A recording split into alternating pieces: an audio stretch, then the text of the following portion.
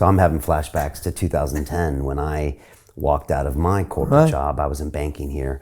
I didn't go to an ashram, but I went to my spiritual healing place, which is this place, London Real. And again, it wasn't one day, but it had been gnawing at me, and I had been, on paper, I always used to joke, my LinkedIn profile looked amazing. From the outside, I had everything. I had the job, I had the car, I had the holidays, I had whatever. But then if you look deeper in my life, you could see in my big house, I was alone on the weekends, drinking myself to death. That's not good, Of course. And I was pursuing all these things that I had told myself would make me happy. The money would make me happy. And then I'm telling you, Gaur, one time I'm an engineer and I was looking, because in the city we got paid quarterly bonuses. And I was looking at my last 3 quarterly bonuses and they were going up. And I was like, but I'm not happier in any one of those quarters. So it was finally, I could see there was no correlation. And I took a transcendental meditation class on a whim. And about 2 weeks later, I woke up one morning and I said, what am I doing? First time ever I could actually observe Brian. And I was like, that guy's massively unhappy. This is ridiculously stupid. And then I walked out. And then that's when the journey began. And it continues, like you said, Similar stories. Yeah, in some kind of ways. In some ways. And again, so I'm 11 years past that. You're more like 26 years. Those first 10 years in the ashram must have been challenging, I'm guessing, for you. Maybe sometimes you were wondering, am I doing the right thing? Am I doing it right?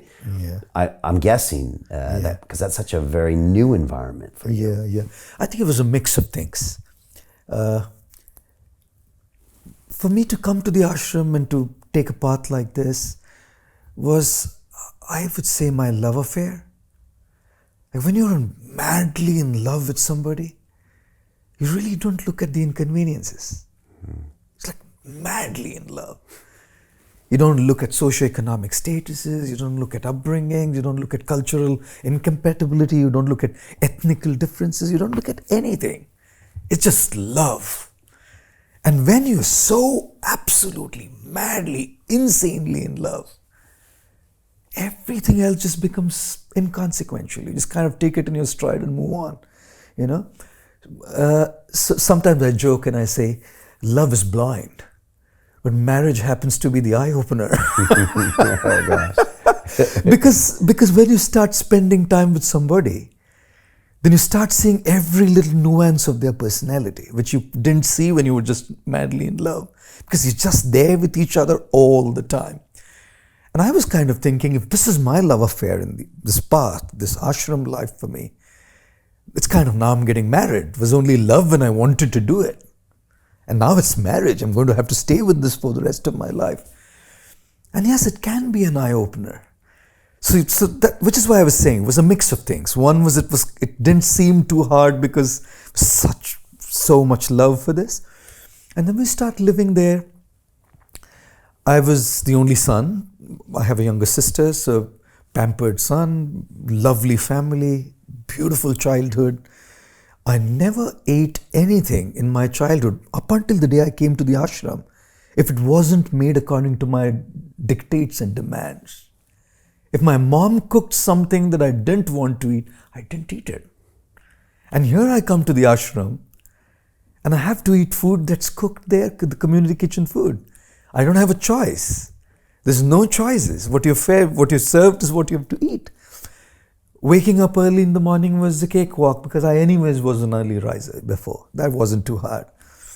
And then sharing space with, we were about 20 then when I joined the ashram, sharing physical space with 20 people, and we had very little space.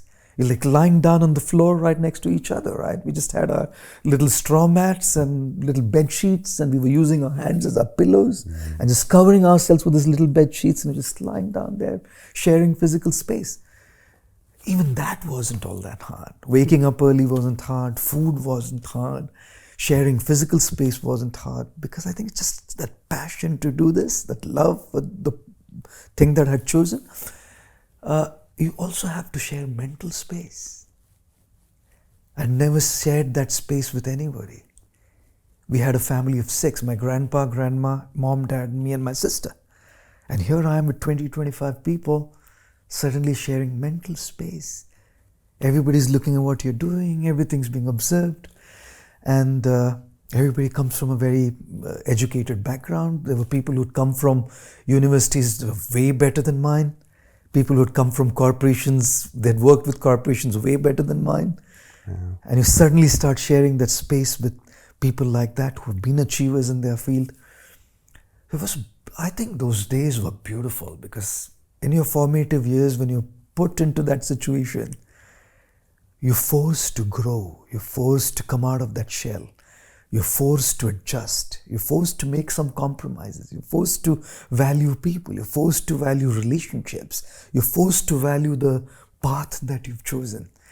And I think, yes, there were a few of these inconveniences, but I feel inconveniences are distractions when our eyes are off our goal.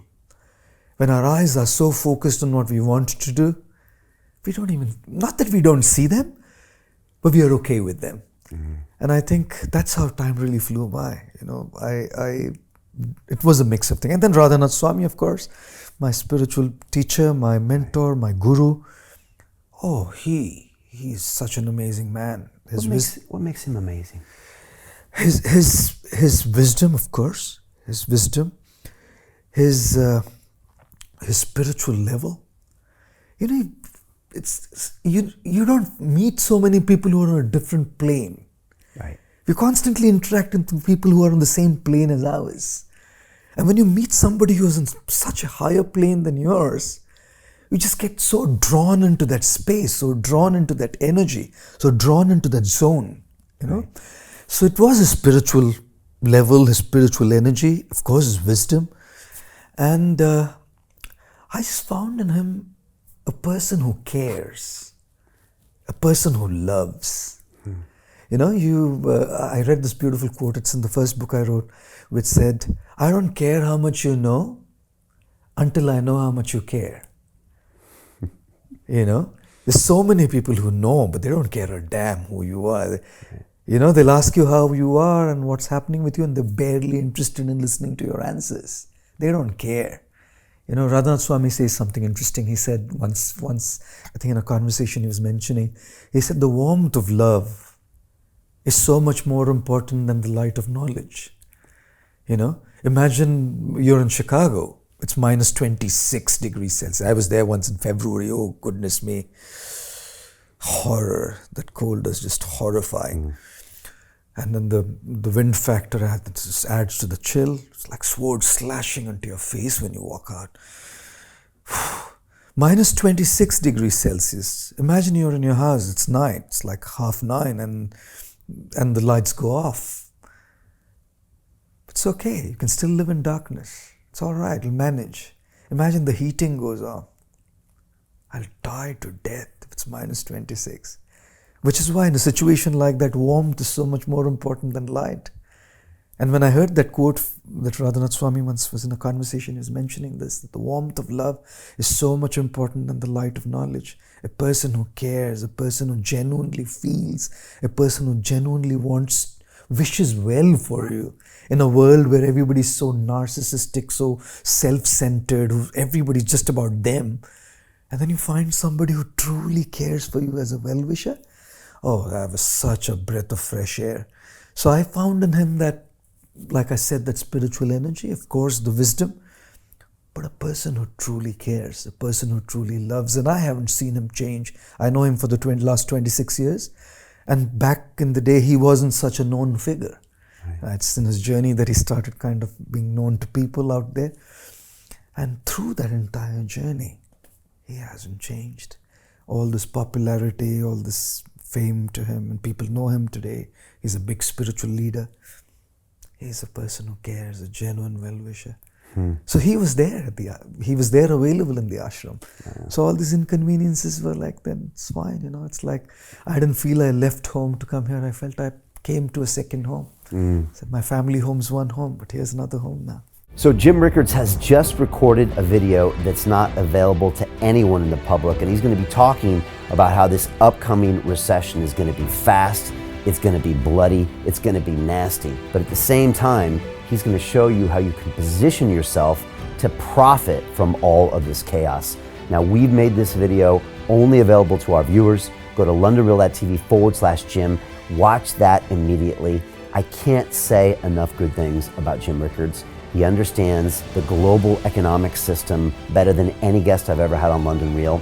His predictions are almost uncannily true, and you can learn how to profit from his vision, from his expertise, and his understanding of economics. So go to londonreal.tv/Jim or click the link below. It's an excellent, excellent look on what's going to happen in the future and how you can position yourself to profit from that. Jim is one of the best in the business, one of my favorite guests on London Real, and he's very, very good at predicting the future and showing us all to profit from it. So click the link, and I hope you enjoy. Hey, do you want to profit from crypto? Then join my DeFi Academy. The Crypto DeFi Academy will help you create generational wealth. But don't take my word for it. Listen to my students. When I first got into crypto, I remember thinking to myself, I need to learn more. Brian Rose, learning crypto, learning DeFi, gotta do it. I am so grateful that I jumped in and did this. I had to break through some limiting beliefs that I can do this, that I can afford this, that I can be in this. It challenges the things that are deeply rooted within us. Joining DeFi Academy has been one of the best decisions I have made on my blockchain journey. This course was a life changer, a game changer, a huge eye-opener, coming from knowing practically nothing at the speed of the learning over 4 weeks was just fantastic. The information you provided in this class was invaluable. I feel far more confident in my next steps. You took complex concepts and made them easier to understand.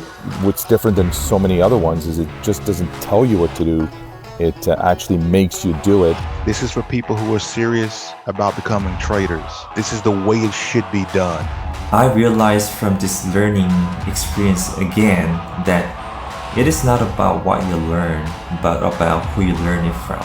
The energy was insane. I've never experienced such incredible energy on a live call. Brian Rose, you are a legend, my friend.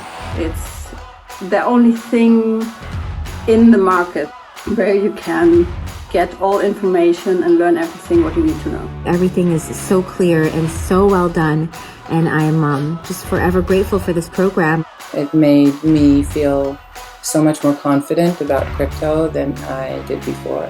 I did not anticipate how passionate I was going to become about it. It's also been like a big learning experience for me, not just in the crypto space, but just in overall balance of life. What I've learned is, how to take ownership, of my life in a way that I really hadn't before. Yeah, you can't put a price on that, really. I would recommend it to anybody, top notch. Excellence does not come cheap. So if you want excellence, you gotta pay for it, but it's so worth it. Pull the trigger. That's what this course is about. You're not going to regret it, really. It's amazing. Thank you, Brian and team. So what are you waiting for? Crypto is happening now. Click the link below, submit your application, and let me mentor you on how to create generational wealth and build the decentralized financial infrastructure of the future.